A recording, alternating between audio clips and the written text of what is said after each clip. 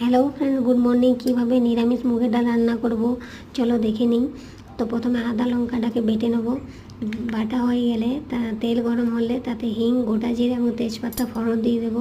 তো আমার ভিডিওগুলো খুব শর্টের মধ্যে দেখানো হয় ফ্রেন্ডস, তো প্লিজ তোমরা আমার চ্যানেলটাকে সাবস্ক্রাইব এবং লাইক এবং পারলে একটা শেয়ার করবে। তো গোটা জিরে, তেজপাতা এবং হিং দেওয়া হয়ে গেছে। তারপর বেটে রাখা আদা লঙ্কা বাটাটা আমি দিয়ে দেবো। দেওয়া হয়ে গেলে তারপর আমি টমেটোকে কুচি করে রেখেছি আগে থেকে। এবার টমেটো কুচিটা দিয়ে দিলাম। দেওয়ার পর একটু নাড়াচাড়া করে নেব।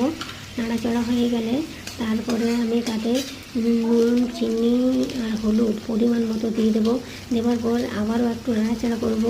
নাড়াচাড়া হবার পর আমি মুগের ডালটা আগে রেখেছি, তো বাটিতে ঢেলে নেব। বাটিতে ঢেলে পরে এইভাবে ডালটা তারপর ঢেলে দেবো। ডালটা ঢেলে এইভাবেই ডালটা রান্না করো। ডালটা খেতে খুব সুন্দর লাগবে।